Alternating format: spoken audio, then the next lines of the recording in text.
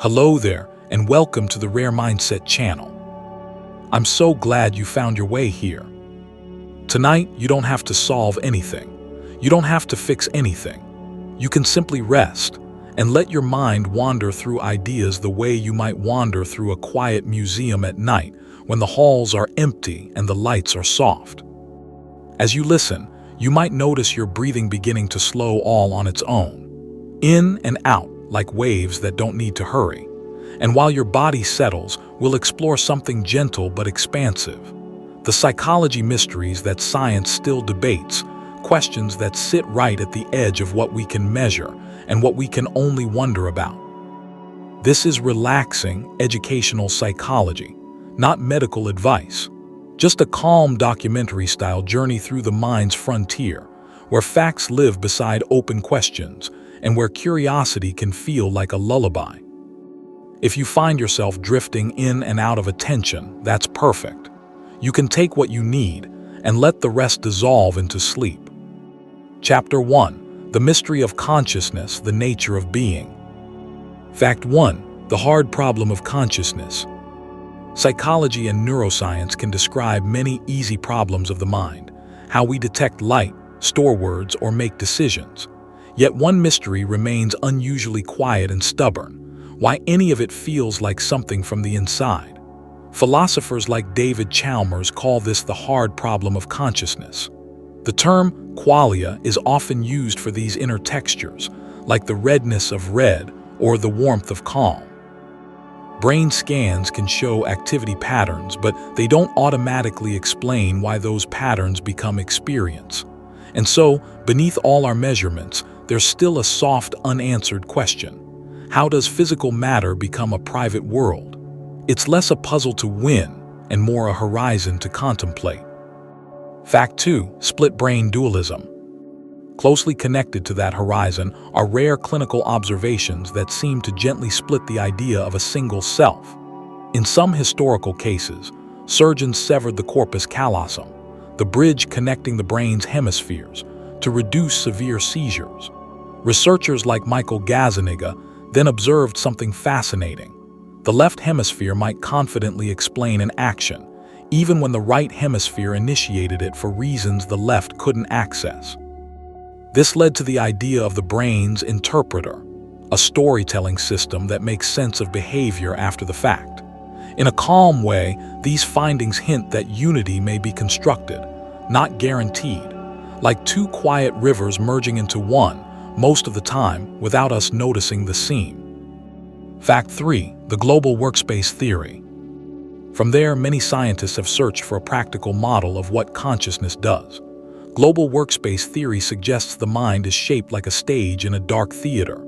Countless processes happen backstage, fast, automatic, silent. But when certain information becomes important enough, it enters a global workspace, like a spotlight that broadcasts to many brain systems at once: memory, language, planning, and emotion. In this view, consciousness isn't everything the brain does. It's a special kind of access, an internal announcement. Psychological studies of attention and reporting support parts of this idea, showing that what we can describe is often what becomes widely available. And as you listen now, you can almost sense it. Some thoughts stay dim, while others briefly step into the light. Fact 4. Panpsychism debates. In an even more spacious direction, some thinkers ask whether consciousness is not merely produced by brains, but is a fundamental feature of reality itself. This is the modern debate around panpsychism, the idea that the ingredients of experience might exist in some extremely simple form throughout matter. It doesn't claim that rocks are thinking like humans. Rather, it wonders whether the universe contains tiny building blocks of subjectivity, which complex brains then organize. Some conversations connect this to integrated information theory, which proposes that consciousness relates to how strongly a system integrates information into a unified whole. These ideas remain debated, partly because they stretch beyond easy testing. Still, they invite a soothing perspective. That mind might not be an exception to nature, but a deep pattern within it. Fact 5. Blind state phenomena. Another mystery shows up when perception and awareness quietly separate. Blindsight occurs when a person with damage to parts of the visual cortex reports not seeing anything in a region of space, yet can still guess, above chance, where an object is or how it moves. It's as if the brain is processing visual information without the conscious feeling of vision. Researchers link this to alternative pathways, subcortical routes that can guide behavior without entering awareness. Blindsight gently reminds psychology that seeing isn't one thing. There can be detection without experience, response without a picture in the mind. And if that seems strange, it can also feel comforting. Your brain does so much for you in silence, like a night guard walking the halls while you rest. Fact 6. The user interface theory of perception. In a similarly quiet way, some researchers challenge the assumption that perception shows reality as it is. Donald Hoffman's user interface theory suggests that our conscious experience may function more like a desktop screen than a direct window, icons that simplify a complex world so we can survive.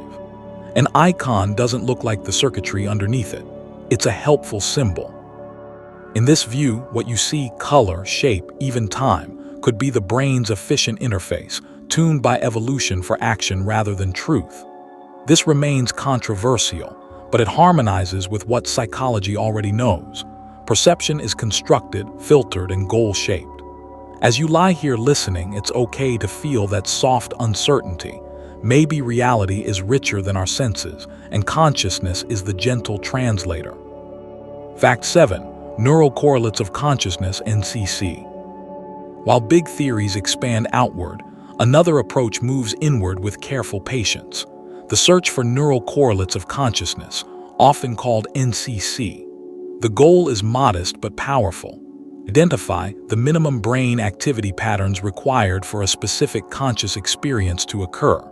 Researchers compare conditions where processing happens without awareness to conditions where it becomes reportable and vivid.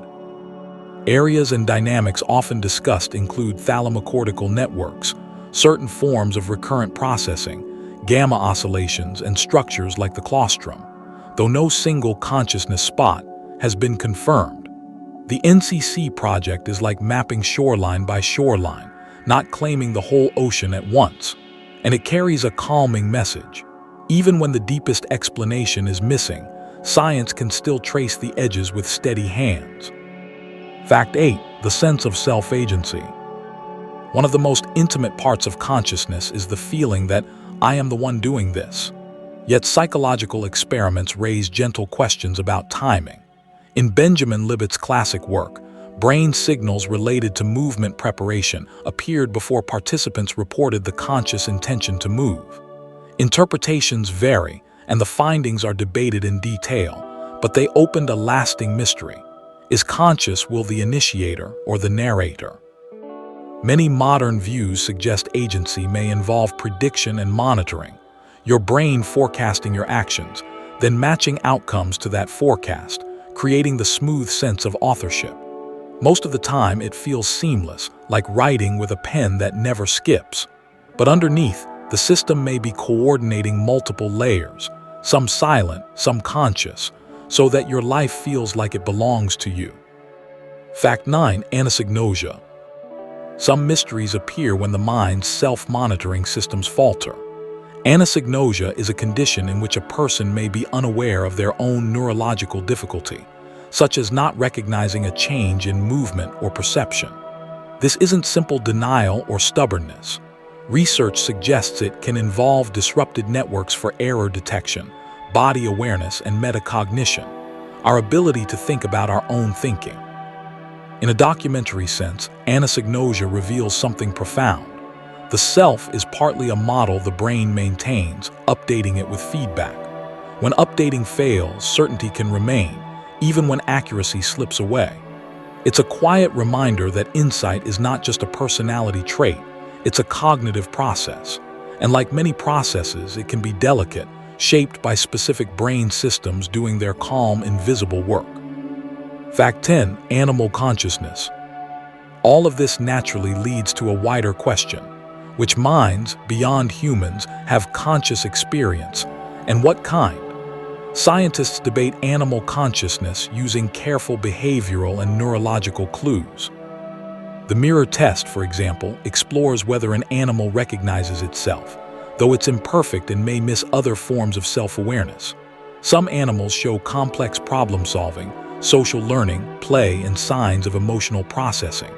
Comparative psychology asks not only are they conscious, but how might their consciousness differ? Because a bat's world of sound, or an octopus's distributed nervous system, could produce experiences unlike our own. The debate remains open, yet it invites humility. Consciousness may not be a single peak with humans at the top, but a landscape with many forms of inner life, some familiar, some beautifully unknown. Chapter 2. The Enigma of Memory, How We Store the Past. Fact 11. Infantile amnesia. Most people carry a soft blank space where the first years of life should be.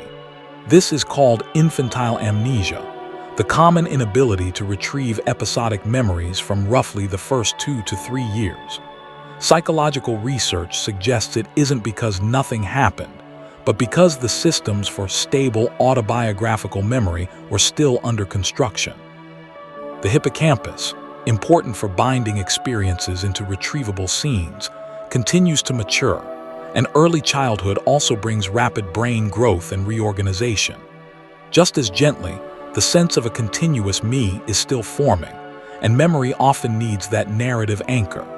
So those early moments may exist more as emotional traces, body familiarity, and quiet learning, stored without words, like sunlight absorbed by fabric. Fact 12. The malleability of memory. Memory can feel like a recording, but psychological studies suggest it behaves more like a living story. Each time you recall an event, the brain partially reactivates the memory, and then stores it again, a process known as reconsolidation. During that brief window, details can shift, sometimes subtly, influenced by mood, context, or new information. Research by Elizabeth Loftus and others demonstrated how suggestion can alter what people confidently report remembering. This doesn't mean memory is bad. It means memory is adaptive. It updates. It edits for meaning. In a restful way, this can be comforting. You are not trapped in perfectly preserved images. The mind is always smoothing, integrating, and trying to keep a coherent narrative, like waves reshaping a shoreline. Fact 13. Hyperthymesia. A rare contrast to ordinary forgetting is hyperthymesia, also called highly superior autobiographical memory, where a person can recall an extraordinary number of days from their life with vivid detail. Some individuals describe it as if the calendar itself is textured, each date pulling forward its own scenes. Researchers have explored whether differences in temporal lobe structures, memory networks, or habitual mental rehearsal play a role, though no single explanation fully settles it. Interestingly, having extremely strong autobiographical recall isn't always experienced as a gift. It can be emotionally heavy, simply because nothing fades easily. Hyperthymesia reminds science that memory isn't a single dial marked, more is better. The mind evolved for balance, remembering enough to guide you, while letting the rest soften into distance. Fact 14. The forgetting curve. Forgetting is often framed as a failure, but psychology has long suggested it can be a form of efficiency. Hermann Ebbinghaus mapped what's called the forgetting curve. Without revisiting information, recall drops quickly at first, then more slowly over time. Behind this pattern are many processes: attention limits, interference from other memories, and the brain's tendency to keep what proves useful. Some forgetting also relates to synaptic pruning and optimization, the nervous system refining itself, reducing noise, making room for what matters. In this light, forgetting becomes a quiet housekeeping skill. Your mind is not a cluttered attic meant to store everything forever. It is more like a calm library that must decide what belongs on the front shelves and what can gently return to darkness. Fact 15. Flashbulb memories. Many people believe they remember emotionally significant moments with photographic accuracy. These are often called flashbulb memories, vivid, confidently held recollections tied to strong emotion. Yet research suggests that while confidence and clarity may remain high, factual accuracy can still drift over time. Emotion can strengthen the feeling of "I was there," while details, "who said what happened first," quietly rearrange. The amygdala and hippocampus interact during emotional encoding, and that interaction may prioritize central meaning over peripheral specifics. So the mind may preserve the emotional shape of the moment more than its exact geometry. It's like a bright lantern in fog. You see the glow clearly, you feel its importance, but the edges of the scene can blur without you noticing. Fact 16. Cryptomnesia. Sometimes the mind returns an old memory wearing a new mask. Cryptomnesia is when a forgotten idea resurfaces and is mistaken for an original thought. A melody you invent, a phrase you coin, a concept that feels freshly yours, yet it was absorbed long ago from a book, a conversation, or a passing moment. Psychologists connect this to source monitoring errors, difficulty identifying where a piece of information came from. The content feels familiar, but its origin tag is missing. Cryptomnesia is not a moral failing. It's a reminder of how porous learning is. We are constantly sampling the world, storing fragments, recombining them. In a soothing sense, creativity itself often works this way, quiet borrowing, gentle blending, until the mind produces something that feels new. Fact 17. The method of low-arousal. One of the most elegant memory techniques ever described is the method of low-arousal, also called a memory palace. It works by placing information into imagined spatial locations, rooms, hallways, familiar streets, so that recall becomes a calm walk through a mental landscape. Psychology suggests this is powerful because the human brain is deeply attuned to spatial navigation. The hippocampus, important for memory, is also involved in mapping spaces. In a sense, memory and navigation share architecture. That may be why lists feel slippery, yet places feel stable. With the method of loci, facts become furniture. Ideas become landmarks. And even as you lie still, you can sense how naturally the mind drifts through space in imagination, turning corners, opening doors, finding what it needs without strain. Fact 18. State-dependent memory. Memory is not stored in isolation. It is tied to context, like a scent trapped in a page. State-dependent memory refers to the tendency to recall information more easily when you are in a similar internal state as when you learned it, whether that state is emotional, physiological, or environmental. Psychological studies show how cues like mood, posture, music, or location can act as retrieval keys. This doesn't mean you must perfectly recreate the past to remember it, only that memory is associative. It links what happened to the atmosphere in which it happened. In a quiet way, this explains why certain songs unlock entire seasons of life, or why a calm evening can bring back calm thoughts. The brain stores experiences as networks, and networks awaken when familiar patterns return. Fact 19. False fame effect. The mind has a simple heuristic it often uses. Familiar feels true. The false fame effect happens when someone encounters a name repeatedly and later judges it as famous or important, even if it belongs to an unknown person. The mechanism involves familiarity without context, processing fluency that creates a warm sense of recognition. If the brain cannot retrieve the source of that familiarity, it may fill the gap with a plausible story. I must know this because it matters. This effect is gentle evidence that memory and judgment share pathways. We don't only remember facts, we remember feelings of knowing, and the mind sometimes trusts that feeling too much. In a calming way, noticing this can soften self-criticism. Confusion isn't stupidity. Sometimes it's simply the brain mistaking smoothness for significance. Fact 20. Prospective memory. Not all memory is about the past. Prospective memory is the ability to remember to do something in the future, send a message, attend a meeting, turn off the oven. It sounds simple, yet it's a complex coordination between attention, time awareness, and executive control. Research often links prospective memory to prefrontal cortex networks that maintain intentions while other tasks unfold. Some prospective remembering is event-based, triggered by a cue. Seeing a mailbox reminds you to mail a letter. Other forms are time-based, requiring internal monitoring, remembering at 8 p.m. without an obvious signal. In daily life, this system feels like a quiet background assistant, and when it fails, it's rarely laziness. It's usually the mind juggling limited spotlight attention, while trying to keep a future thread from slipping. Chapter 3. The Sleeping and Dreaming Mind, Internal Nighttime Processing. Fact 21. The Function of REM Sleep.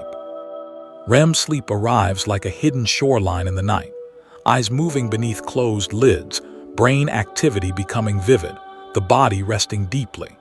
Scientists still debate what REM is primarily for. Some research emphasizes emotional processing. REM may help the brain gently recalibrate responses to daily stressors, integrating feelings into memory without the full intensity of waking life. Other work focuses on memory consolidation, especially for certain kinds of learning, with patterns of neural replay and shifting connections. The truth may be layered. REM could be a workshop where emotion and memory meet, refining what should be kept and how it should feel. Notice how fitting that is for sleep listening. Even as you rest, your mind may be quietly sorting the day, keeping what matters, softening what doesn't, and weaving experience into a calmer internal order. Fact 22. The Continuity Hypothesis. Many dreams feel strange, yet they often borrow their raw material from ordinary life. The continuity hypothesis suggests that dreams reflect waking concerns, thoughts, and emotional themes, rearranged, dramatized, and sometimes disguised. Rather than being random messages, dreams may be the mind's way of continuing its daily processing when external demands pause. Cognitive theories describe dreaming as a form of synthesis, the brain integrating memories, concerns, and associations into a moving narrative. That's why a simple worry can become an abstract scene, or a small hope can turn into a vivid journey. In a soothing sense, dreams can be seen as the mind's nighttime journaling, written not in sentences, but in images and moods. And you don't have to interpret them perfectly for them to serve their quiet purpose. Fact 23. Lucid dreaming. Lucid dreaming is a fascinating hybrid state, when you realize you're dreaming while the dream continues. Research suggests that during lucid dreams, parts of the prefrontal cortex associated with metacognition and self-reflection may become more active than in typical REM dreaming. It's as if a small lamp turns on inside the dream, allowing awareness without fully waking the body. Some studies explore whether lucidity can be trained with gentle techniques, though results vary and the science is still developing. For our calm journey, what matters is the psychological mystery. Consciousness can shift in degrees. You can be immersed, then aware, then immersed again, all within sleep. And perhaps that's comforting. Your mind is not a switch with only on and off, but a dimmer, capable of many quiet shades. Fact 24. Threat simulation theory. Some researchers propose that dreams may have served an evolutionary function, a safe internal simulation space. Threat simulation theory suggests that dreaming could help organisms rehearse responses to challenges, practicing attention and escape planning in a virtual environment. Modern evidence is mixed and debated, yet many dreams do include heightened attention and emotional intensity. Importantly, this theory doesn't require that dreams are literal predictions or that they must involve frightening content. It simply suggests the brain has an ancient capacity to run scenarios. In a sleep-safe framing, you can imagine dreams as the mind's training ground for resilience, like a gentle flight simulator that improves flexibility and learning. Even when dream stories feel odd, the underlying skill may be useful: adapting, responding, reorganizing. The mind practices possibilities, so waking life can feel a little smoother. Fact 25. Sleep paralysis. Between waking and dreaming, the brain sometimes transitions unevenly. Sleep paralysis is a brief state where a person feels awake but cannot move, often because the body's REM atonia, muscle inhibition that prevents acting out dreams, lingers as awareness returns. Researchers connect this to timing mismatches in sleep stage transitions, involving neurotransmitters like GABA and glycine that reduce muscle activation during REM. This can also coincide with vivid imagery as dreamlike perception overlaps with waking awareness. For sleep listening, it helps to keep the tone neutral. It is a known phenomenon of brain state blending, not a sign of danger in itself. And more broadly, it illustrates a deep psychological mystery. Waking and sleeping are not rigid walls. They are neighboring rooms, and sometimes the doorway opens before all the lights are aligned. Fact 26. The glymphatic system. One of the most quietly beautiful discoveries in sleep research is the glymphatic system, often described as the brain's cleaning process. During deep sleep, spaces between brain cells appear to change in ways that allow cerebrospinal fluid to move more freely, helping clear metabolic waste products. Scientists continue to study the details and limits, but the central idea remains calming. Sleep is not only rest for the mind, it is physical maintenance for the brain. In a sense, sleep is a nightly tide, washing through neural shorelines, carrying away what accumulated during the day. You don't have to do anything to earn this benefit. It happens automatically when the body is allowed to settle. And as you listen, it can be soothing to remember that sleep is an act of kindness your biology performs, quietly, faithfully, without applause. Fact 27. Hypnagogia. Hypnagogia is the threshold state between wakefulness and sleep, often filled with drifting images, unusual associations, and momentary insights. Many people experience it as fragments, faces, patterns, half-sentences, appearing and dissolving like mist. Researchers link hypnagogia to shifting brain rhythms, including increased theta activity and a loosening of ordinary executive control. Without the strict manager of wakeful attention, the brain's networks can combine ideas more freely, which is why hypnagogia has been associated with creativity and anecdotal reports. Yet it's not only for artists, it's simply the mind changing gears. For sleep listening, hypnagogia can be welcomed as a gentle sign. You are approaching the border. Thoughts may become less linear, more symbolic, more soft. And that softness is not confusion. It's the nervous system powering down in its own graceful way. Fact 28. Why we dream in narrative. Even when dreams begin as scattered signals, many end up feeling like stories. One explanation comes from activation synthesis theory. The brainstem and related systems generate activation, and the cortex tries to make sense of it, weaving it into a narrative that feels coherent. In a related spirit, the interpreter idea, often associated with left hemisphere language processes, suggests the mind dislikes randomness and tends to impose meaning. So a dream may start as unrelated sensations, then become a plot because the brain prefers a storyline to chaos. This is not necessarily a hidden message. It may simply be the mind doing what it always does, constructing a world model. And as you lie here, you can feel that same tendency. If a sound occurs, the mind names it. If a feeling rises, the mind frames it. Story making is one of consciousness's gentlest habits. Fact 29. Circadian misalignment. Beyond dreams, the timing of sleep itself shapes how the mind feels. Circadian rhythms are internal cycles, guided partly by the suprachiasmatic nucleus, that coordinate hormones, temperature, alertness, and mood across the day. Light exposure, especially in the morning and evening, influences melatonin regulation and signals the body when to be awake or sleepy. When the circadian system is misaligned, because of irregular schedules, night shifts, or inconsistent light, people often report changes in attention, emotion regulation, and overall well-being. This isn't a moral failing, it's biology responding to timing cues. In a calming documentary way, it shows that the mind is not floating above the body. Your psychological state is partly an orchestration of rhythms. And nighttime can be viewed as a natural invitation. Dim the lights, Soften stimulation. Let the internal clock guide you toward quiet. Fact 30. Sleep learning hypnopedia. The idea of learning complex information while fully asleep is deeply appealing, like gaining knowledge without effort. Yet research on sleep learning, sometimes called hypnopedia, suggests strong limits. The sleeping brain continues to process some sensory input, especially sounds, but the formation of detailed explicit memories, the kind you can consciously recall, is greatly reduced during most sleep stages. Some studies find that simple conditioning or implicit associations may be influenced by sleep exposure, but not in the way movies often suggest.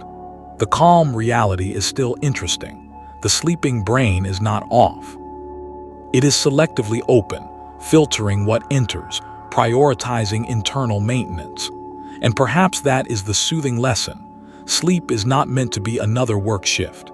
It is a protected sanctuary, where the mind focuses less on acquiring new facts and more on restoring the capacity to live. Chapter 4. Social connectivity and interaction, the invisible threads between people. Fact 31. The bystander effect paradox. In groups, something surprising can happen. Responsibility can feel thinner. The bystander effect describes how individuals may be less likely to help in an ambiguous situation when other people are present, partly due to diffusion of responsibility. Each person unconsciously assumes someone else will act, or looks to others for cues about what is happening. Social influence and uncertainty can quietly slow response. Importantly, this effect is not a declaration that people are bad. It's a description of how attention and decision-making shift in crowds. The mind uses social context as information, and sometimes that information becomes a pause.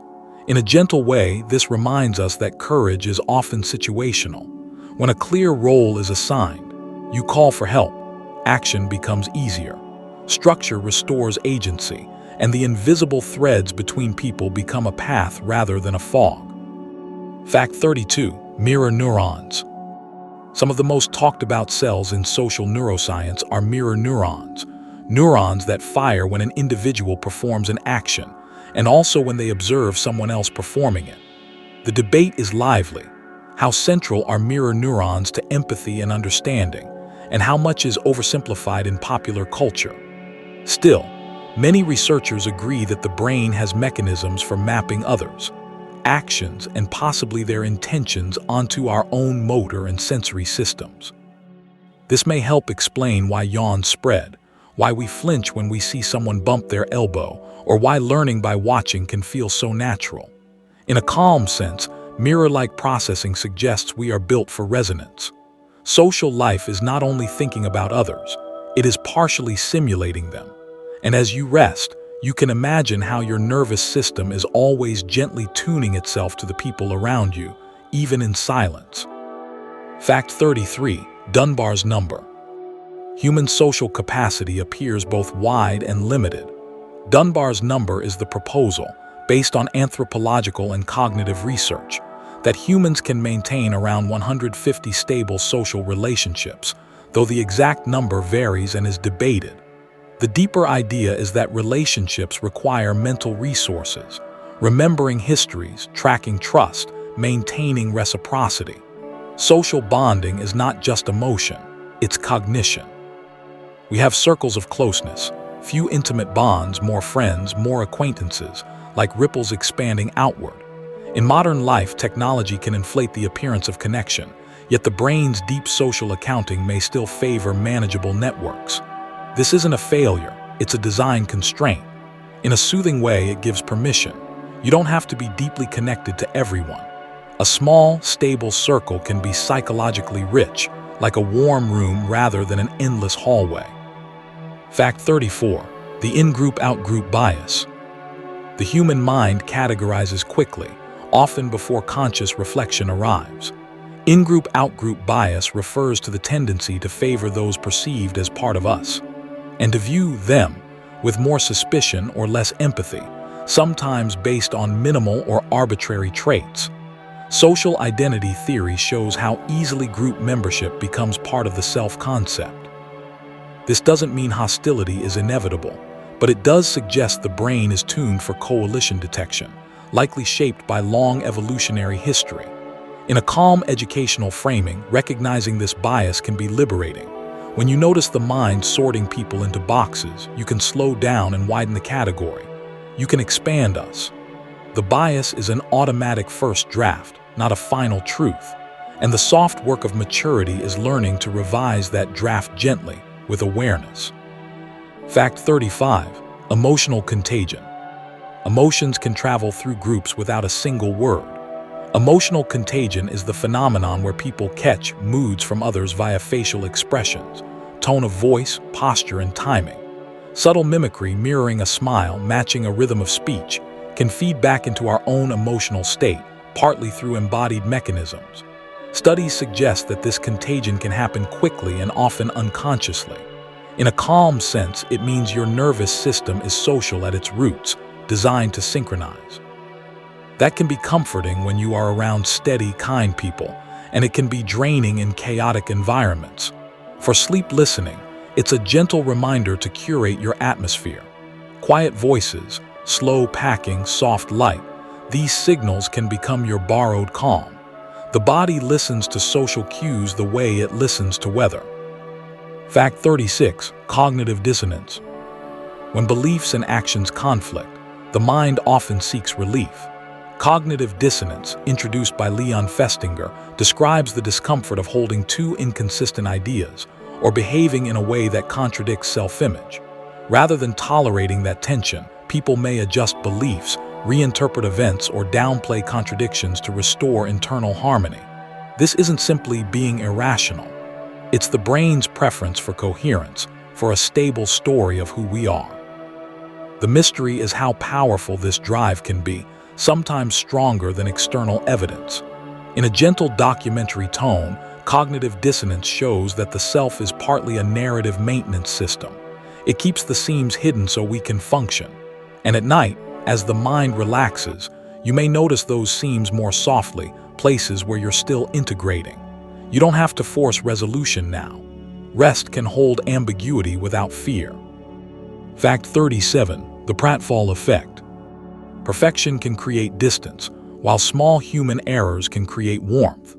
The pratfall effect suggests that a competent person may become more likable after making a minor mistake, because the mistake signals relatability and authenticity. Psychological studies indicate this effect depends on context. If someone is already seen as capable, a small slip can make them feel more approachable. If competence is uncertain, mistakes may reduce trust instead. Underneath is a social calibration. We seek both ability and connection. Too flawless can feel unreal, too flawed can feel unsafe. In a soothing way, the pratfall effect gives permission to be gently imperfect. A small stumble doesn't always reduce respect. Sometimes it invites it. The mind relaxes when it senses a real person rather than a polished statue. And in the quiet of night, you can let your own imperfections soften into something ordinary and human. Fact 38. Social loafing. When people work together, effort can sometimes diffuse.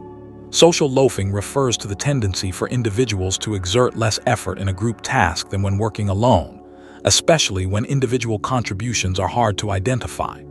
Researchers relate this to motivation, accountability, and the feeling that one's effort is not uniquely necessary. Yet the same research also shows conditions that reduce loafing. Clear roles, meaningful goals, and strong group identity can increase engagement.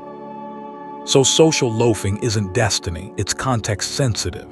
In a calming perspective, it reveals that human motivation is relational. We are energized when we feel seen and needed, and we drift when we feel invisible. This can be applied gently to your own life. If you want steady effort, create clarity and ownership. Not pressure, just definition. The mind works best when it knows where it belongs. Fact 39. The spotlight effect. Many people carry a quiet assumption that others are constantly noticing them. The spotlight effect is the tendency to overestimate how much others observe our appearance, mistakes, or awkward moments. Studies suggest we are so immersed in our own perspective that we forget how little attention others can spare. Their spotlight is mostly on themselves. This is not meant as dismissal, it's meant as relief. The mind's social monitoring system evolved to track reputation and belonging, so it naturally scans for judgment. But the true social world is often less focused than our inner predictions. In a soothing tone, you can let this sink in like warm water. Most people are not cataloging your small errors. They are navigating their own thoughts, their own insecurities, their own private weather. And when you release the imagined audience, your body can finally exhale. Fact 40. Altruism versus egoism. A final social mystery lingers at the boundary of biology and meaning. Is altruism ever truly selfless? Evolutionary theories such as kin selection and reciprocal altruism suggest that helping can increase survival of shared genes or build long-term cooperation. Yet psychological experience often includes genuine compassion, the felt desire to reduce another's discomfort, even at a cost. Researchers debate how to separate pure motives from subtle rewards like social approval, self-image, or internal satisfaction. Perhaps the most calming resolution is that human kindness can be layered. A single act can be both meaningful and beneficial, both compassionate and socially reinforcing. The mind is not a courtroom where motives must be perfectly pure to count. It is a living system shaped by evolution and culture, capable of warmth. And at night, when defenses soften, it can be soothing to remember. Connection itself may be one of the deepest needs we have, and giving is one way the nervous system fulfills it. Chapter 5. Perceptual Paradoxes: How the Brain Constructs Reality. Fact 41. Change blindness. Sometimes the world changes right in front of us, and the mind simply doesn't register it. Change blindness is the phenomenon where people fail to notice even large visual changes when attention is briefly interrupted by a blink, a distraction, or a quick cut in a video. Psychological studies suggest this happens because perception isn't a full photographic capture. Instead, the brain samples what seems important, then fills in the rest with expectations. We feel as if we see everything because the experience of seeing is smooth. Yet the mind is more like a careful editor than a camera, choosing highlights, trimming details, and maintaining a stable story. And as you rest, it's soothing to know you don't have to monitor every detail to be okay. The brain is built to conserve attention. Fact 42. Synesthesia. In some minds, the senses gently cross their usual boundaries. Synesthesia is a condition where stimulation in one sensory domain triggers experiences in another, like seeing colors when hearing music, or tasting shapes when reading words. Researchers debate the precise causes, but many theories involve unusual connectivity or cross-activation between sensory regions, alongside differences in inhibition and integration. What's especially fascinating is that synesthetic associations can be consistent over time, like a private internal alphabet of sensation. Synesthesia reminds psychology that perception is not one fixed template shared by all humans. It's a construction, stable for most, creatively blended for some. And there's a quiet comfort here. Your reality is already a personalized rendering of the world. Even when you assume everyone sees what you see, the brain's inner art may vary more than you imagine. Fact 43. The McGurk effect. The brain doesn't merely hear sound, it interprets sound through multiple senses at once. The McGurk effect shows that when auditory speech conflicts with visible lip movements, people can perceive a third sound that isn't actually present. In other words, what you see can change what you hear. This effect illustrates multisensory integration, the brain combining inputs to form a best-guess model of reality. It's not a flaw, it's usually an advantage. In everyday life, visual cues help us understand speech in noisy settings, making conversation smoother. The illusion appears when signals are mismatched, revealing the hidden blending process. In a sleepy, calming way, the McGurk effect suggests that perception is cooperative, senses forming a quiet committee, negotiating what seems most likely and presenting you with a single unified world. Fact 44. Chronostasis. Have you ever glanced at a clock and felt as if the first second lasted too long?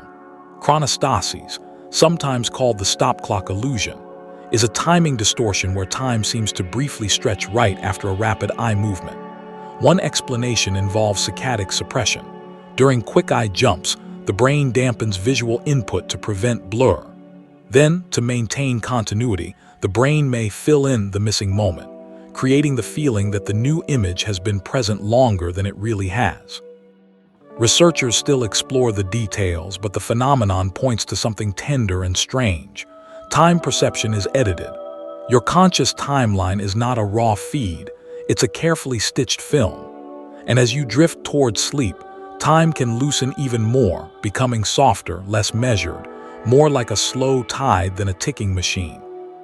Fact 45, pareidolia. The mind is a pattern finder by nature, and sometimes it finds meaning where none was intentionally placed. Pareidolia is the tendency to perceive recognizable forms, especially faces, in random stimuli like clouds, wood grain, or rock formations. Neuroscience often connects this to specialized processing areas, including the fusiform face area, and to the brain's general bias toward detecting socially important signals quickly. From an evolutionary viewpoint, missing a face might be costlier than mistakenly seeing one, so the system leans toward detection. In a gentle light, pareidolia shows how the brain is always reaching for familiarity. It wants the world to be readable, relational, alive. And that can be soothing at night. Even in ambiguity, the mind searches for comfort in shapes, outlines, and imagined presence, quiet companionship formed from shadow and light. Fact 46, proprioception. Even with your eyes closed, you know where your hands are. That quiet sense is proprioception, sometimes called the body's position sense. It arises from signals in muscles, joints, and tendons, combined with processing in the somatosensory cortex and cerebellar systems that coordinate movement and balance. Proprioception is so seamless that we rarely notice it until something disrupts it, like trying to touch your nose after spinning, or learning a new physical skill that temporarily feels awkward. Psychology and neuroscience treat proprioception as part of the mind's ongoing self-model, a continuous map of me in space. And in sleep listening, this matters because relaxation often begins with sensing the body from within. As you sink into the bed, proprioception quietly confirms you are here, supported, safe, and allowed to rest. Fact 47, the rubber hand illusion. A classic demonstration of the brain's flexibility is the rubber hand illusion. When a person's real hand is hidden, and a fake hand is stroked in synchrony with their unseen real hand, many people begin to feel as if the rubber hand belongs to them. This illusion shows how body ownership is not fixed, it's inferred. The brain uses multisensory signals, especially the timing match between touch and sight, to decide what counts as my body. Researchers connect this to the body schema, an internal model that can update quickly when evidence aligns. In a quiet way, the rubber hand illusion reveals that the self is partly a prediction, a best guess. And there's something calming about that. If the mind can expand ownership to a rubber hand, it can also learn to feel at home in new situations, new roles, new seasons of life. Fact 48, sensory deprivation effects. When the brain receives very little external input, it doesn't simply become blank. Instead, the nervous system may amplify internal signals, sometimes producing vivid imagery or unusual sensations. Researchers relate this to cortical excitability and homeostatic plasticity, mechanisms that keep brain activity within functional ranges. If input is reduced, the brain may turn up the gain, like increasing the volume on a quiet radio. This is one reason sensory environments shape experience so powerfully. The mind is always balancing between outside data and internal generation. In a sleep-safe framing, this is less about fear and more about design. Your brain is an active meaning maker, not a passive receiver. And in the dimness of night, fewer sounds, fewer sights, the mind naturally becomes more inward, more dreamlike, gently preparing to create its own landscapes. Fact 49, the Troxler effect. If you stare at a fixed point for long enough, things in your peripheral vision can fade or disappear. This is the Troxler effect, and it reflects a fundamental principle of sensory systems: adaptation. Neurons respond strongly to change but reduce firing to constant, unchanging stimuli. The brain then fills in missing details to maintain a stable scene. In daily life, this is helpful, otherwise we'd be overwhelmed by unimportant, steady signals. The Troxler effect quietly reveals that perception is dynamic, always refreshing itself with what shifts. And it offers a gentle metaphor for rest. When you stop chasing mental motion and hold attention softly in one place, your breath, the sound of narration, other mental edges may fade. The mind adapts, quiets, and the world becomes simpler without effort. Fact 50. Color constancy. Color feels like a property of objects, yet psychology shows it's also a decision the brain makes. Color constancy refers to our ability to perceive an object as roughly the same color under different lighting, sunlight, indoor bulbs. Shade, despite changes in the wavelengths reaching the eye. The brain uses context, comparing surfaces and inferring illumination, creating a stable interpretation.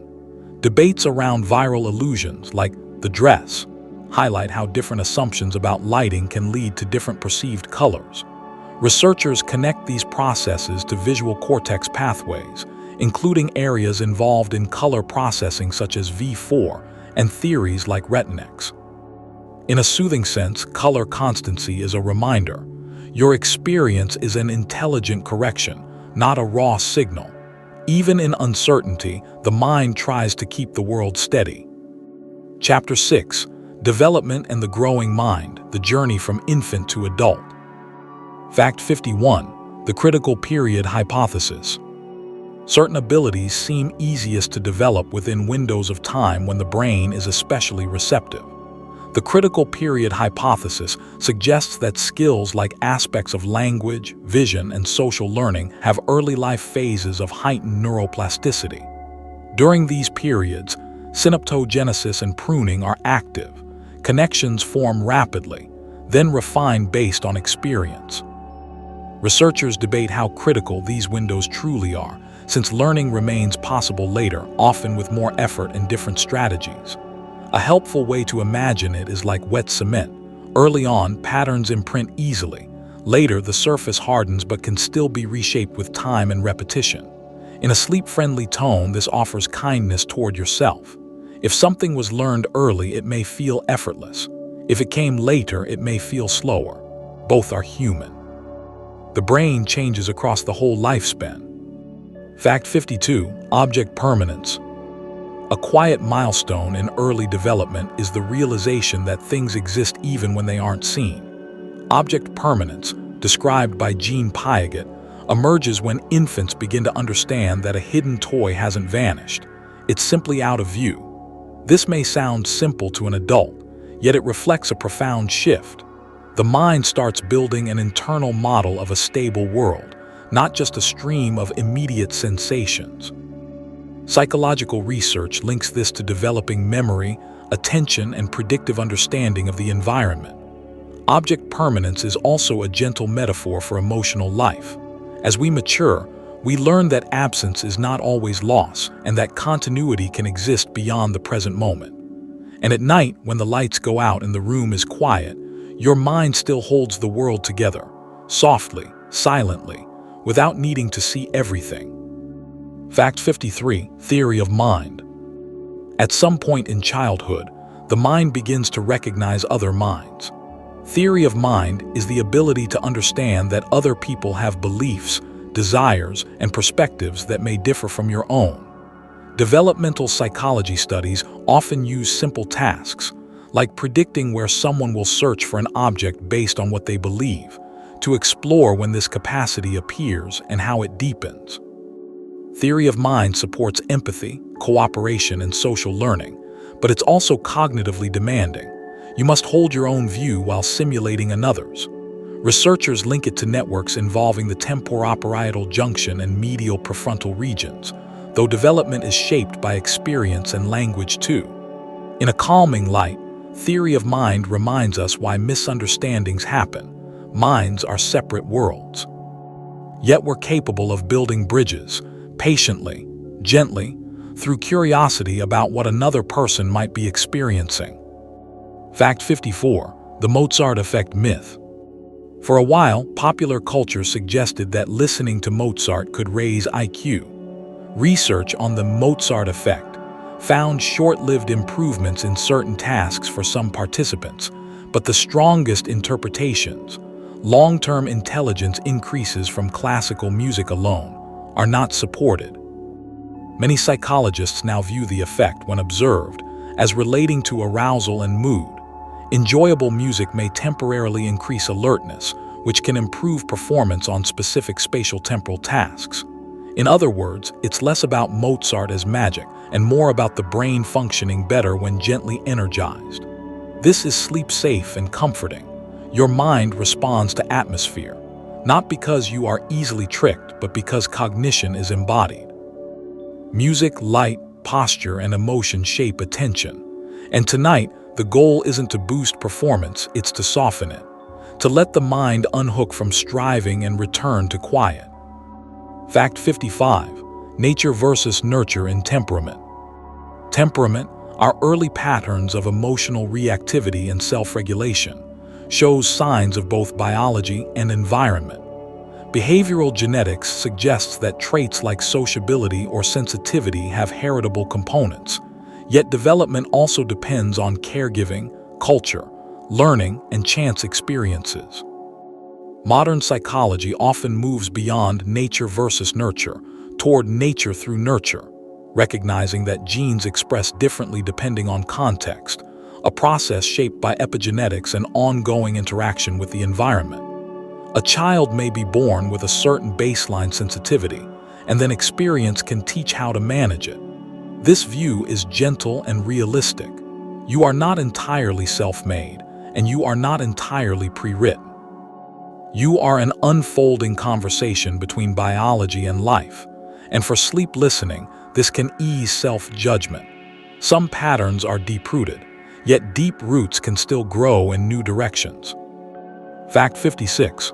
Neuroplasticity in old age. For a long time, people believed the adult brain was mostly fixed. Yet research on neuroplasticity shows that the brain can reorganize and adapt throughout the lifespan. While certain forms of plasticity may be stronger earlier in life, older adults can still build new skills, form new habits, and strengthen networks through practice and engagement. Concepts like cognitive reserve suggest that mentally stimulating activities and rich learning environments can support resilience in aging brains. Neurogenesis, especially in areas like the hippocampus, has been studied with ongoing debate about degree and functional impact in humans, but the broader principle remains: change is possible. In a soothing documentary tone, this offers hope without hype. The brain is not a rigid machine that only wears down. It is living tissue, responsive and adaptive. Even late in life, learning can be a kind of warmth, quietly reshaping the mind. Fact 57. The Flynn effect. Across much of the 20th century, average IQ scores rose in many countries, a phenomenon called the Flynn effect.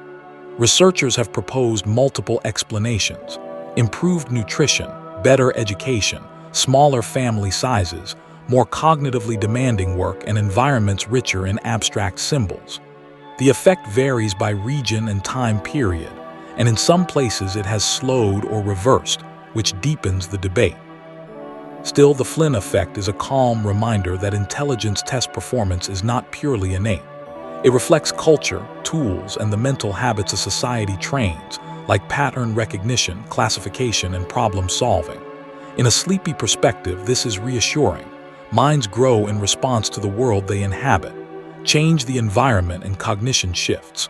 You are not only a brain in isolation. You are a brain in a habitat, learning the shape of the air you breathe. Fact 58. Attachment theory. Attachment theory, associated with John Bowlby and later researchers, explores how early relationships shape expectations about closeness, trust, and support. Through repeated interactions, the brain learns a working model of relationships, whether comfort is available, whether needs are noticed, whether connection feels safe. These patterns are often described as secure or insecure styles, though real life is more nuanced and changeable. Importantly, attachment isn't destiny. It's an early map, not a prison. Adult relationships, friendships, and supportive communities can revise internal expectations over time. In a calm and sleep-safe framing, attachment theory simply points to a fundamental truth. Humans are built to regulate emotions together. Connection is not a luxury, it's a biological resource. And tonight, even listening to a steady voice can act as a small signal of safety, helping the nervous system settle into rest. Fact 59. Delayed gratification. The famous marshmallow test explored how children manage waiting for a larger reward rather than taking a smaller one immediately. Early interpretations suggested delayed gratification predicted later success, but modern research emphasizes complexity. Executive function matters, yes, yet so do trust, environment stability, and learned expectations about whether waiting will truly pay off. In other words, self-control is not only an inner muscle, it's also a response to the world's reliability. Neuroscience connects waiting and planning to prefrontal development and reward circuits. But psychology adds the social context that shapes strategy. This is a gentle lesson for adults too. If you sometimes choose immediate comfort, it doesn't always reflect weakness. It may reflect fatigue, uncertainty, or a brain seeking safety. And at night, choosing rest is not failed self-control. It's wise regulation, an investment in tomorrow's clarity. Fact 60. The teen brain remodel. Adolescence is not simply a time of bad decisions. It is a period of active brain remodeling. Research suggests that reward systems involving regions like the ventral striatum can become highly sensitive to social and emotional incentives, while long-range regulatory systems in the prefrontal cortex continue maturing over time, including ongoing myelination and network refinement. This can create a natural imbalance, high motivation and sensation-seeking paired with still developing restraint and forecasting. Yet the same changes also support learning, creativity, identity formation, and social bonding. In a soothing light, the teen brain is not broken, it's upgrading. It's adapting to independence. And for anyone reflecting on their own adolescence, this perspective can soften shame. Many intense choices were not moral failures. They were part of a developmental season where the brain prioritized belonging and exploration. Growth often looks messy while it's happening. Chapter 7. The biology of the self, where the brain meets the body. Fact 61. The gut-brain axis. Your mind does not live only in your skull. The gut-brain axis describes the two-way communication between the digestive system and the brain, involving the vagus nerve, immune signaling, hormones, and the microbiome, the vast community of microbes living in the gut. Research suggests that gut bacteria can influence mood and stress responses by affecting inflammation, neurotransmitter precursors, and signaling pathways. This is an active field with many open questions, and it's not a simple one bacteria equals one feeling story. Still, the broader psychological wonder remains. Emotion and digestion are deeply linked, which is why anxiety can affect appetite or calm can feel like warmth in the stomach. In a gentle nighttime framing, this connection is reassuring. When you care for the body, you indirectly care for the mind. They are not separate rooms, they are one home with many corridors. Fact 62. The placebo effect mechanism. The placebo effect is one of the most intriguing demonstrations of mind-body interaction. When someone expects a helpful outcome, that expectation can produce measurable physiological changes, such as shifts in pain perception, stress hormones, or immune responses, depending on context and condition. Researchers link placebo responses to mechanisms involving dopamine pathways, endogenous opioids, and brain systems for prediction and meaning. Importantly, this is not imaginary. It is the brain using expectation as a regulatory signal, shaping perception and bodily responses. and it is not a universal cure. It varies widely and does not replace medical care. For our educational, sleep-safe journey, the fascination is simpler. Belief has biological weight. The nervous system is constantly forecasting what will happen next, and those forecasts influence sensation. Tonight, you can use this gently. Expecting rest can help invite rest, like turning down the lights before the eyes even fully notice. Fact 63. Left-handedness psychology. Left-handedness is a natural variation that has intrigued scientists for decades. Some research explores differences in brain lateralization, motor control, and cognitive diversity in left-handers, though findings are often subtle and not deterministic. Importantly, modern psychology avoids simplistic myths, like linking handedness to specific personality types. What remains interesting is how handedness reflects brain organization and development, shaped by genetics and early growth factors. Left-handers can show different patterns of hemispheric dominance for language, but there is wide individual variation across all people. In a calming documentary tone, left-handedness becomes a reminder that there are many valid neurological designs. The brain is not a single blueprint stamped identically onto every human. It's a family of variations, each one functional, adaptive, and uniquely patterned. And that idea can be soothing. You don't have to match an average to be whole. Fact 64. Phantom limb pain. Phantom limb pain is a striking example of how the brain constructs the body. After an amputation, some people continue to feel sensations, sometimes discomfort, in the missing limb. Neuroscience theories often involve cortical remapping.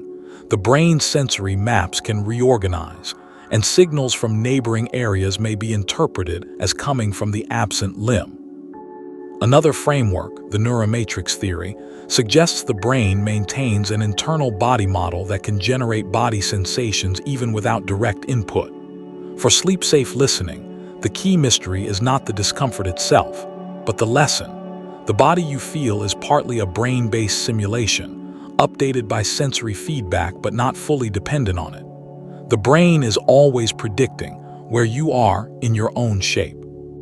And in everyday life, this same system gives you a stable sense of embodiment, your quiet feeling of being located inside yourself. Fact 65. Oxytocin, the cuddle hormone debate. Oxytocin is often called the cuddle hormone, associated with bonding, trust, and social warmth. Yet research paints a more nuanced picture. Oxytocin can increase affiliation within a group, but under some conditions it may also heighten protective behavior, social vigilance, or bias toward perceived outsiders. In other words, oxytocin may amplify social salience, making social cues feel more important, rather than simply creating kindness in all directions. The psychological mystery is that biology supports connection, but connection is selective and context-dependent. This isn't cynicism, it's realism about how social brains evolved. In a calming way, the oxytocin debate invites gentle self-awareness. Feeling bonded to us can be beautiful, but it can also narrow perception. Resting minds can practice widening the circle, keeping warmth without closing the gates. Fact 66. The HPA axis and stress. The HPA axis, hypothalamus pituitary adrenal, is one of the body's central stress response systems. When the brain perceives challenge or uncertainty, it can initiate a cascade that releases cortisol and other hormones to mobilize energy and sharpen attention. This system is protective in the short term, yet research shows that chronic activation can affect sleep quality, mood regulation, immune function, and cognition. The HPA axis becomes a psychological mystery when it seems to stay switched on, when the mind understands I'm safe, but the body still feels alert. This isn't weakness, it's biology shaped by learning and repeated patterns. In a sleep-safe tone, consider this. Relaxation is not forcing calm. It's signaling safety repeatedly through breath, routine, gentle input, and time. Tonight's slow narration is one such signal, steady, predictable, and unthreatening, inviting the stress system to stand down. Fact 67. Mirror touch synesthesia. Mirror touch synesthesia is a rare condition where observing someone being touched can trigger a tactile sensation on the observer's own body. Researchers link it to heightened activity in somatosensory mirroring systems, networks that help us understand others by simulating their states. While empathy is common, mirror touch synesthesia may represent an extreme form of that simulation, where the boundary between self and other becomes unusually porous at the sensory level. This phenomenon is fascinating because it suggests empathy isn't only a moral choice or a social skill. It can be a perceptual style, grounded in neural architecture. In a gentle way, it reminds us that feeling with others is built into the human design. And for sleep listening, it can encourage softness. Your nervous system is responsive. If you surround it with calm cues, it can absorb calm too, just as it can absorb tension. Fact 68. The second brain, enteric nervous system. Inside the gut is a dense network of neurons, often called the enteric nervous system, sometimes nicknamed the second brain. With roughly 100 million neurons, it can coordinate digestion largely independently, while still communicating with the brain through pathways like the vagus nerve. The enteric system produces many neurotransmitter-related substances, and it is deeply involved in how stress and emotion are felt in the body. Psychology becomes especially interesting here because we often interpret gut sensations as emotional meaning, butterflies, a sinking feeling, a warm steadiness. Those phrases are not just poetry. They reflect real biological coupling between visceral signals and emotional appraisal. In a calming light, the second brain idea suggests that emotional regulation is whole body regulation.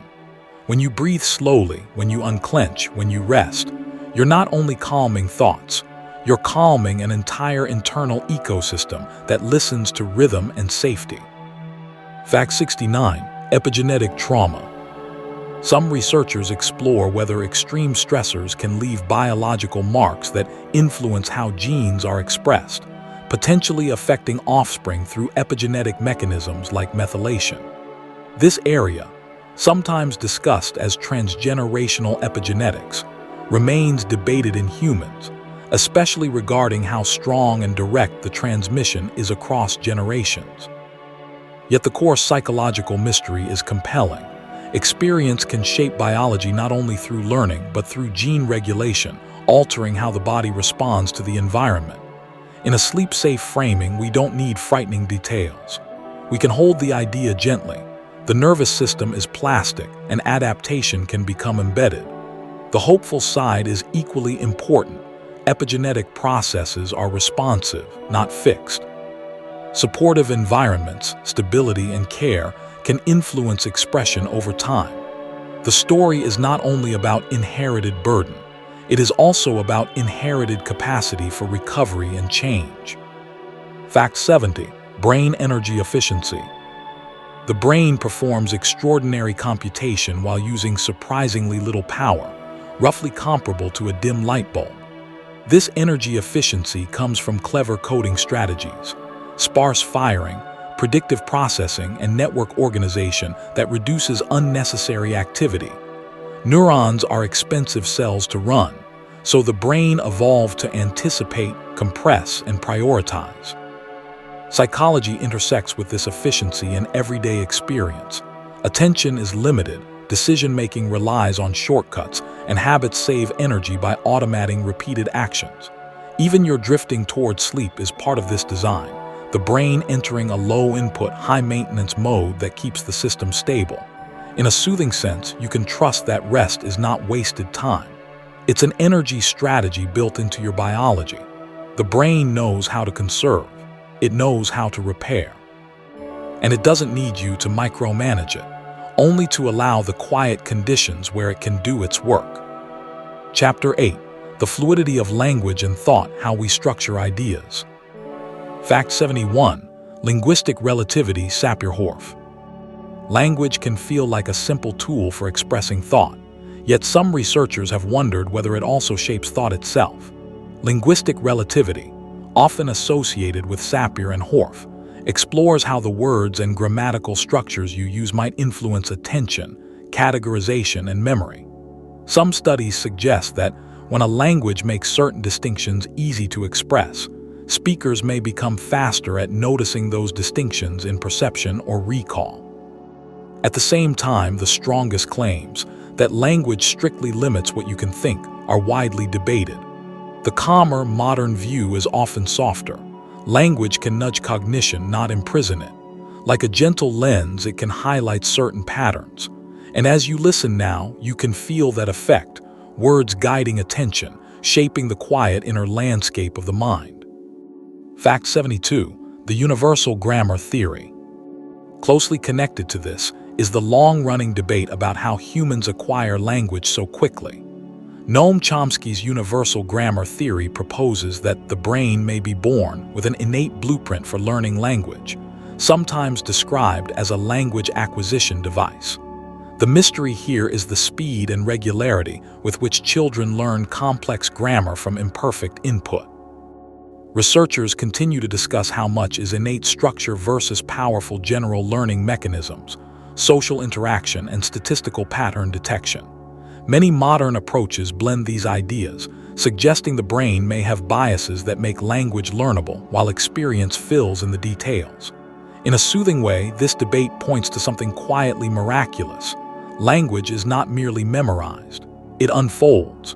Children don't just repeat, they generate. The mind seems prepared to meet the world with syntax, the way lungs are prepared to meet air. Fact 73. Inner speech, the internal monologue.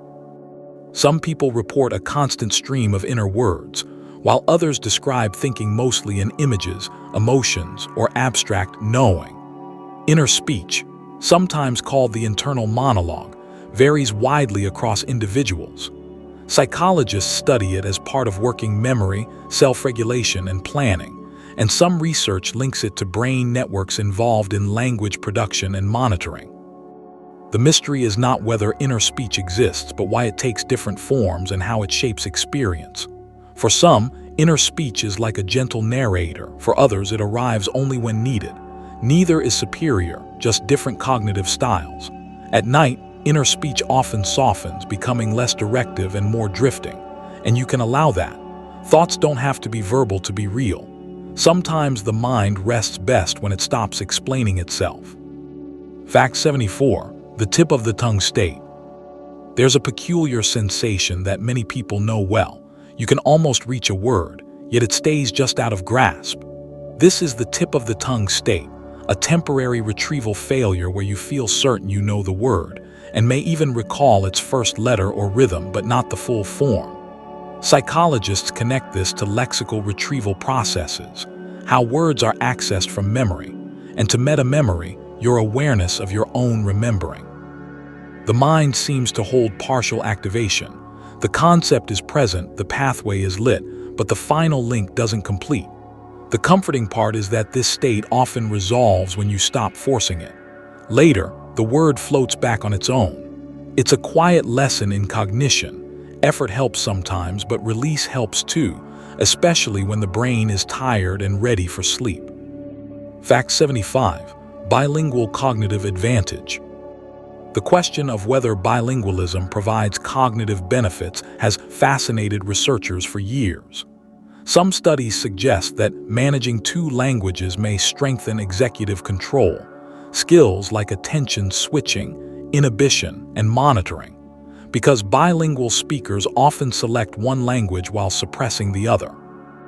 There's also research exploring whether bilingualism may delay certain age-related cognitive declines, though findings are mixed and depend on many factors such as education, community context, and how languages are used day to day.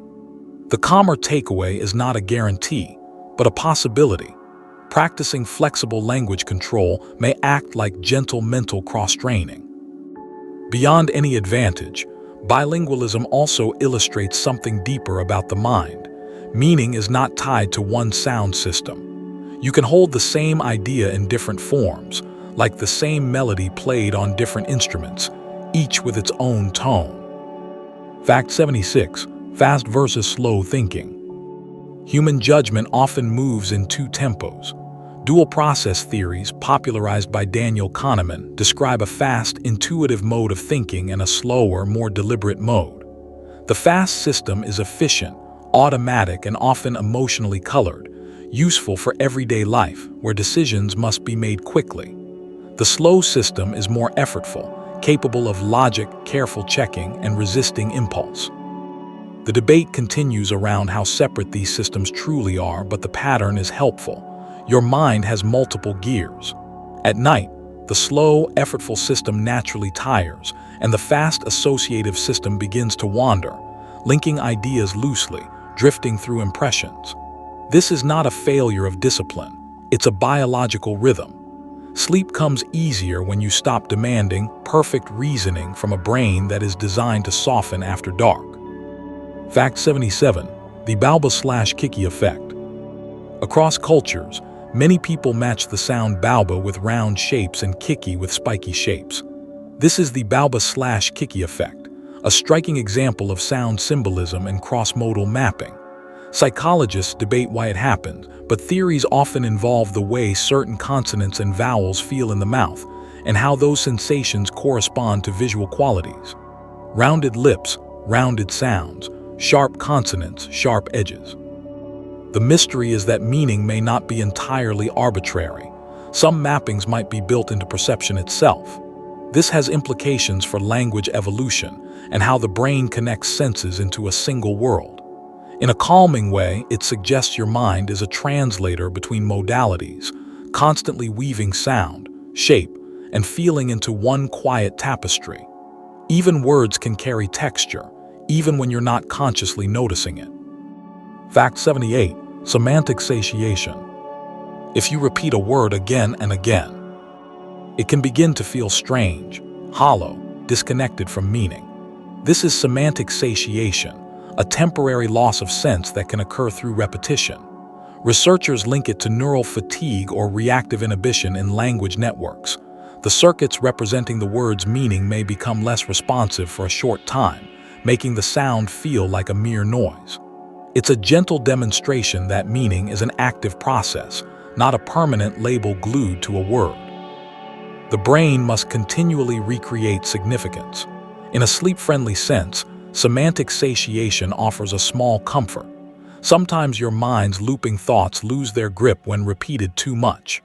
Repetition can drain intensity, making a worry feel less sharp, less meaningful. And as you drift tonight, words may loosen naturally, dissolving back into simple sound, leaving you with quiet. Fact 79. The G factor of intelligence. When people do well on one kind of mental task, they often do well on others too. This pattern inspired Charles Spearman's concept of G, or general intelligence, the idea that there may be a shared underlying factor contributing to performance across cognitive domains. Yet the debate remains open. Is intelligence mostly one general capacity, or a set of more independent abilities, like verbal skill, spatial reasoning, memory, and processing speed? Modern psychology uses psychometrics to explore these patterns, and different models can fit data in different ways. What stays quietly fascinating is that intelligence is partly a measurement issue. The structure you find depends on the tasks you use and the assumptions you make. In a soothing lens, this debate reminds us that minds are multidimensional. You can be brilliant in one terrain and ordinary in another, and that variation is not brokenness, it's human design. Fact 80. Metaphorical thinking. Much of human thought is built on metaphor. We speak of warm people, heavy topics, high hopes, and falling into sadness.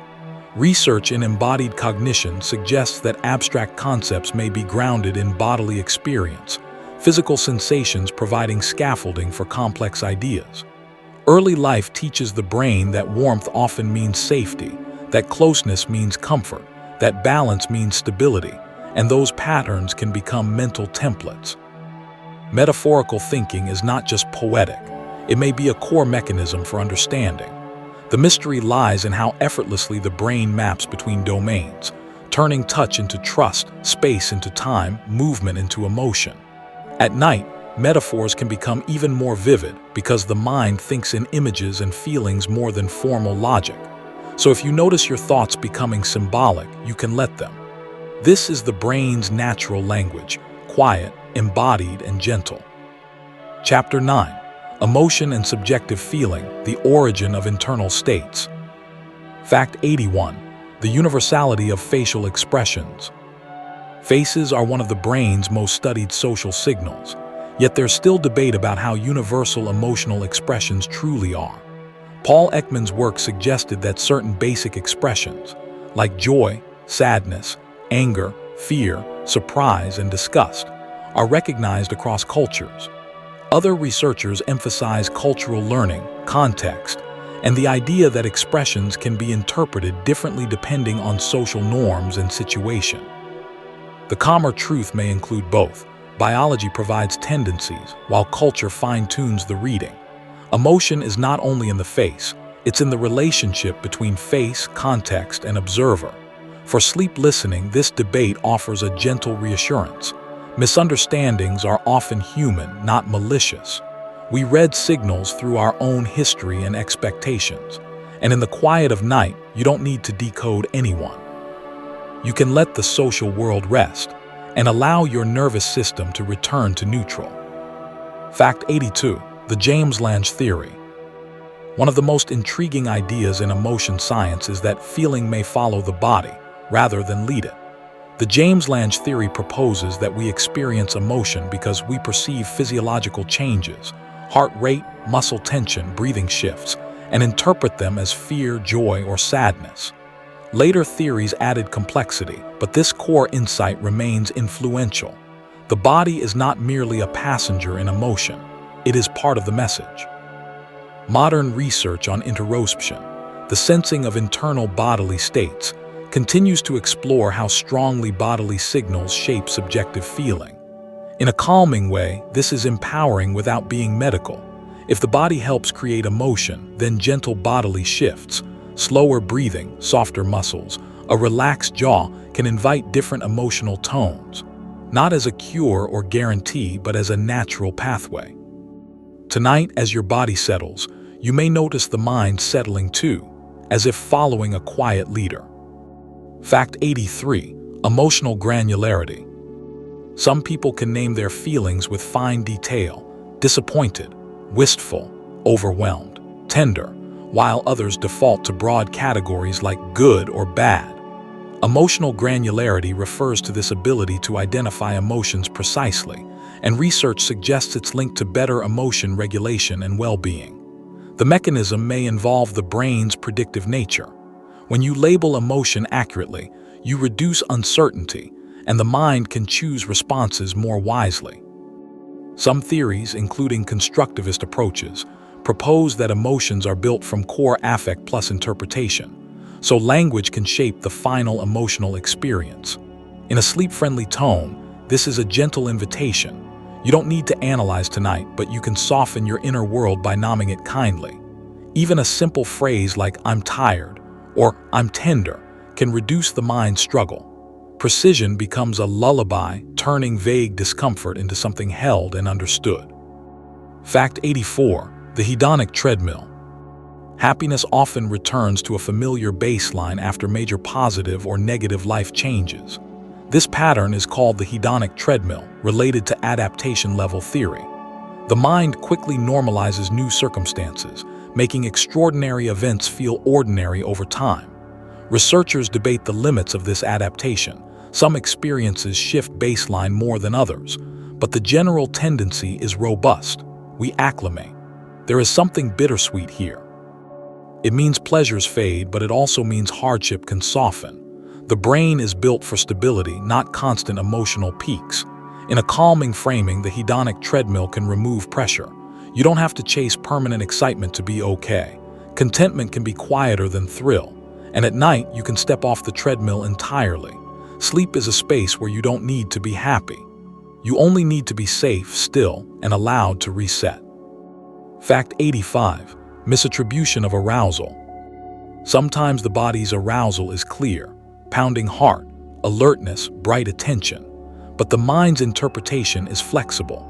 Misattribution of arousal describes how people may label physiological activation as one emotion when it was triggered by another cause. Classic studies showed that arousal from a stimulating situation could be interpreted as romantic attraction depending on context. This fits with two-factor theories of emotion. Feeling arises from bodily arousal plus cognitive labeling. The mystery is how story-like emotion can be. How much depends on the narrative we attach. In a gentle way, this can be comforting at bedtime. If you feel a bit keyed up, it doesn't automatically mean something is wrong. It may be leftover activation from the day, waiting for a label. You can offer it a calm label. This is just energy settling, and let it pass. The body can be active without requiring the mind to worry. Fact 86, the peak-end rule. When remembering an experience, people often judge it not by its total duration, but by its most intense moment and how it ended. This is the peak-end rule, a cognitive bias studied in decision-making and memory research. It suggests that your remembered story of an event is shaped by key points, peaks and endings, more than the full average. This helps explain why a long experience can be remembered kindly if it ends gently, or remembered poorly if it ends abruptly, even if much of it was fine. In a calming sense, this offers a bedtime lesson. Endings matter. The way you close your day can shape how the day feels in memory. A soft routine, a calming voice, a gentle light, these aren't trivial comforts. They are the end your mind may store. Tonight, you are choosing a quiet ending, and that choice can echo into tomorrow. Fact 87, positive illusions. A certain degree of unrealistic optimism can actually support psychological resilience. Positive illusions refer to mildly inflated beliefs about personal control, future outcomes, or self-evaluation that may help people persist, cope, and stay motivated. Researchers debate when these illusions are beneficial versus when they become harmful, but the nuanced view is that small distortions can sometimes protect well-being. The mind may need hope the way the body needs warmth. Not too much, not too little. In a soothing documentary tone, this doesn't mean ignoring reality. It means that strict objectivity is not the only path to mental health. Humans are meaning makers, and meaning often includes gentle bias toward possibility.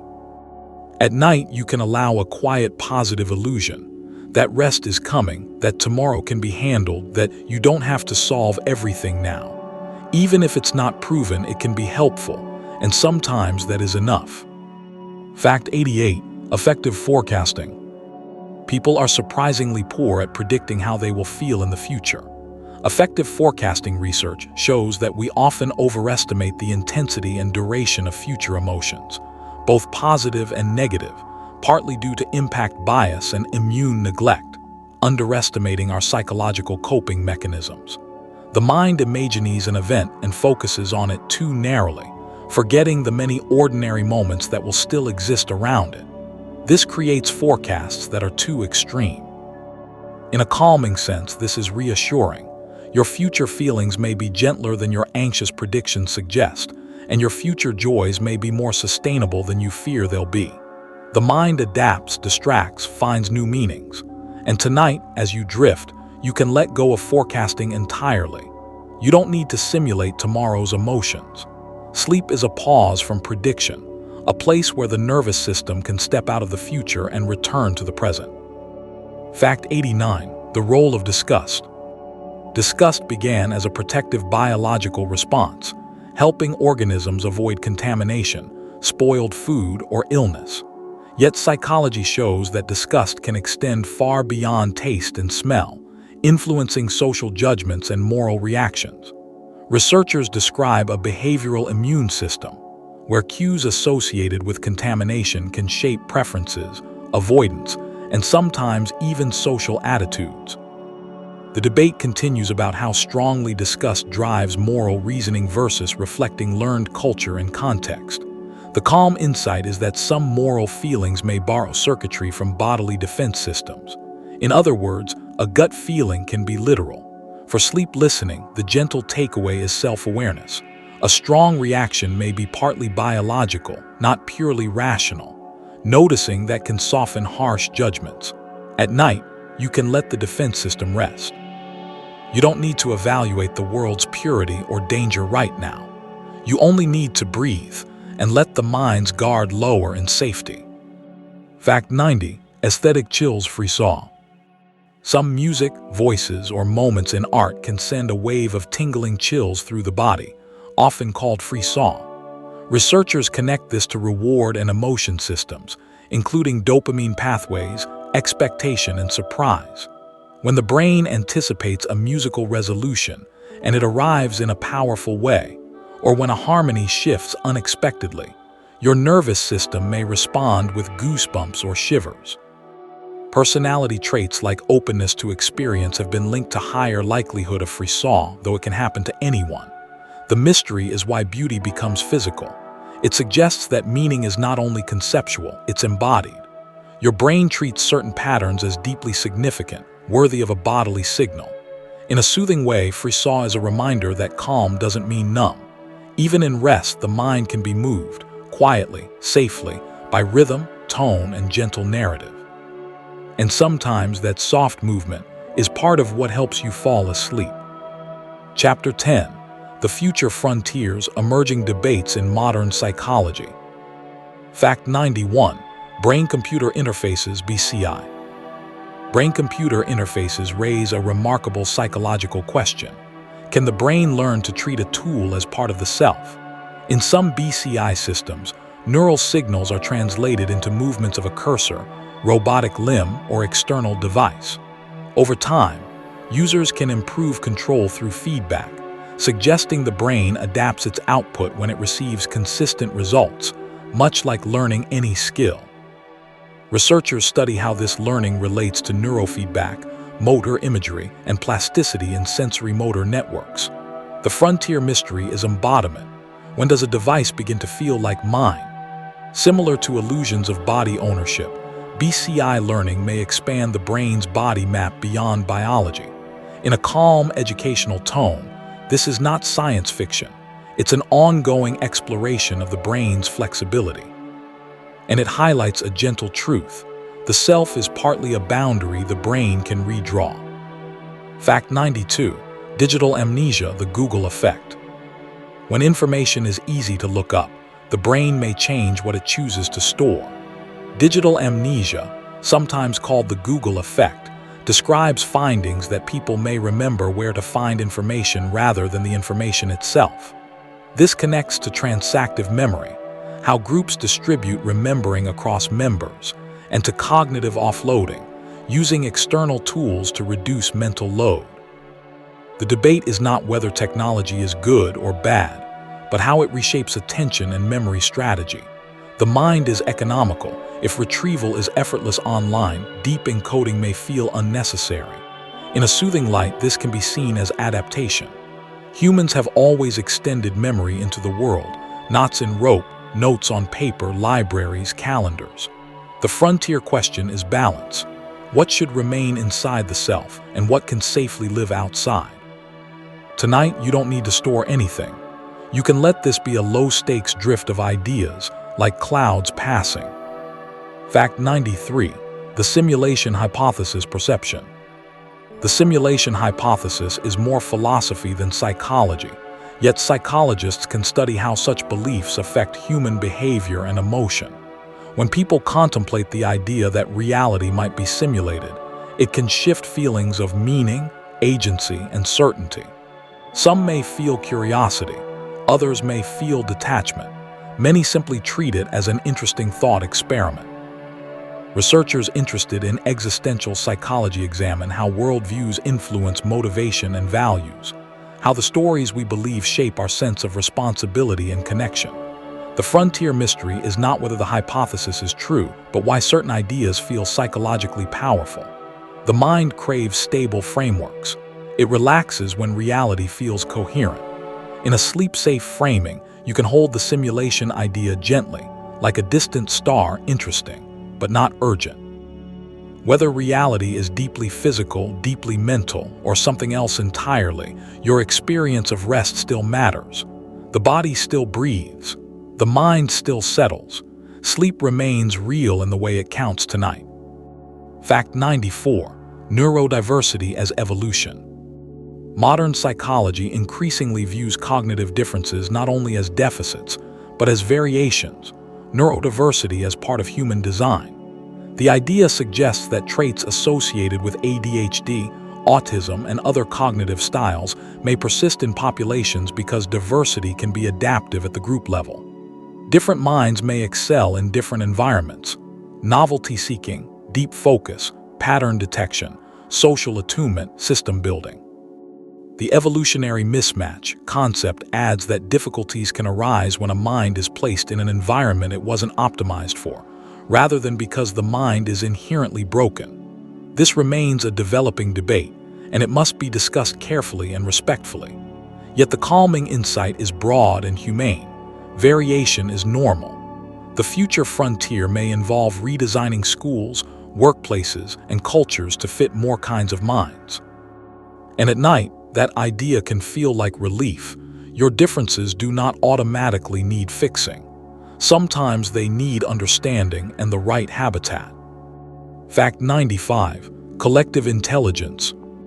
A single human mind is powerful, but groups can sometimes solve problems no individual can fully grasp. Collective intelligence research explores how teams perform, how information flows, and why some groups become wiser than their members while others become less so. Concepts like the wisdom of crowds suggest that under certain conditions, diverse perspectives, independence, good aggregation, group judgments can be surprisingly accurate. Distributed cognition expands this further, viewing thinking as spread across people, tools, and environments. The frontier mystery is what makes a group intelligent. Is it average IQ, social sensitivity, communication patterns, or something else? Studies suggest factors like turn-taking, empathy, and inclusion can matter greatly. In a soothing tone, collective intelligence offers a comforting idea. You don't have to carry everything alone. Some problems are meant for shared minds. Even listening to a narrated guide is a kind of distributed cognition, borrowing structure from another voice so your own mind can rest.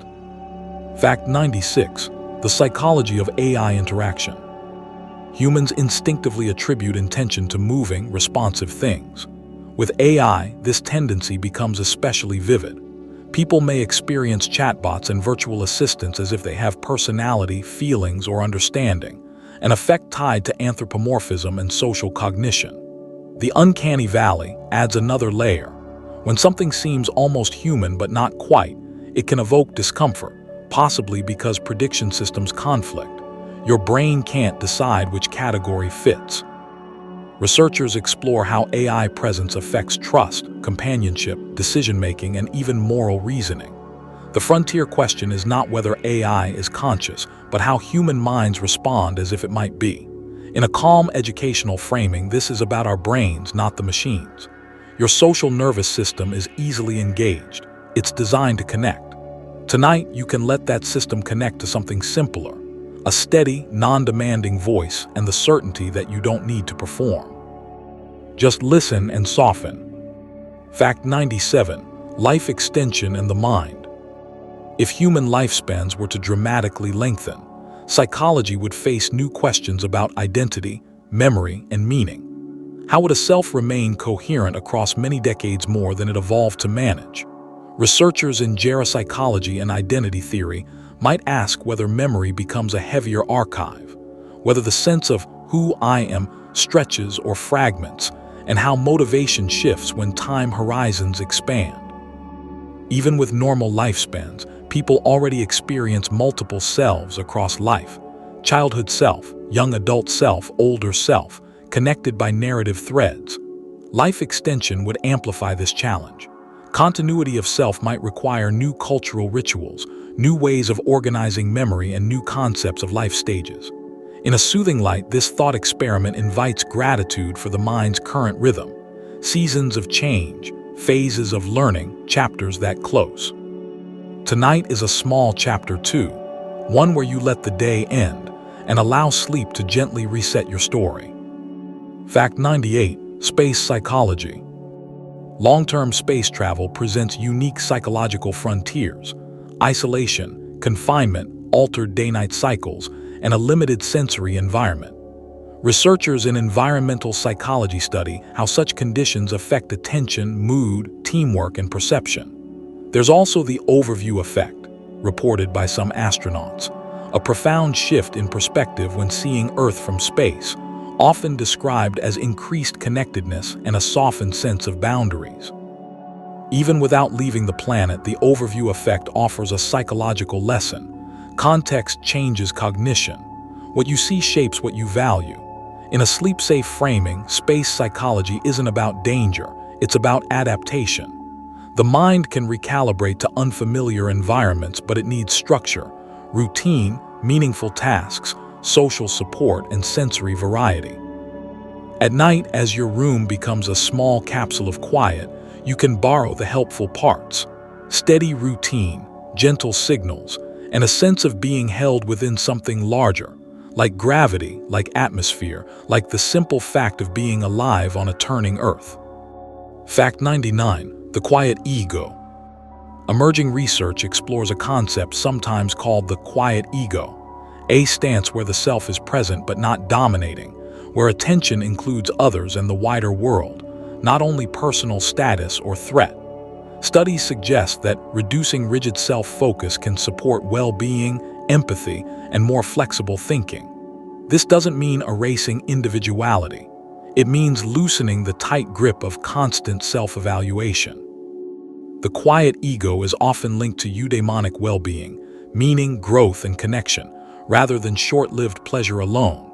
In a calming nighttime tone, this is a gentle practice you can try without effort. Let the I voice soften. You don't have to perform your identity in the dark. You can simply exist. When the ego quiets, the nervous system often follows, less defending, less comparing, more resting. And sleep becomes easier when the self stops standing guard at the doorway of every thought. Fact 100. The final frontier of the brain. Despite all the scanning tools, models, and experiments, the brain remains an enormous frontier. Scientists sometimes note carefully that we still lack complete explanations for many core processes: how consciousness arises, how memories become stable, how perception becomes seamless, how emotion becomes a felt inner world. It's not accurate to say we use only 10% of the brain, but it is fair to say that our understanding is partial, always evolving. The deepest lesson here is scientific humility. Knowledge grows by admitting what we don't yet know, and that humility can feel soothing. You don't have to have final answers to live inside your mind. Mystery is not a threat. It can be a resting place. Tonight, you can let unanswered questions remain unanswered. The brain can be vast and unfinished and still perfectly capable of sleep, quietly restoring itself, one breath at a time. And as we come to the end of tonight's journey, you don't need to hold every detail in your mind. You can let these mysteries rest where they belong, gently floating at the edge of understanding, like distant lights on a quiet horizon. We explored how consciousness may be a spotlight, a story, or something even stranger, how memory can reshape itself each time it's touched, how sleep cleans, sorts, and stitches the day into meaning, and how perception and emotion are not just reactions, but careful constructions. If any idea stayed with you, you can keep it softly. If everything feels blurred, that's just as perfect. Now allow your attention to narrow to something simple: the feeling of the bed supporting you, the slow rhythm of your breathing, the calm certainty that nothing more is required tonight. Thank you for spending this time with RareMindset. And whenever you're ready, you can let go completely and drift into deep, natural sleep.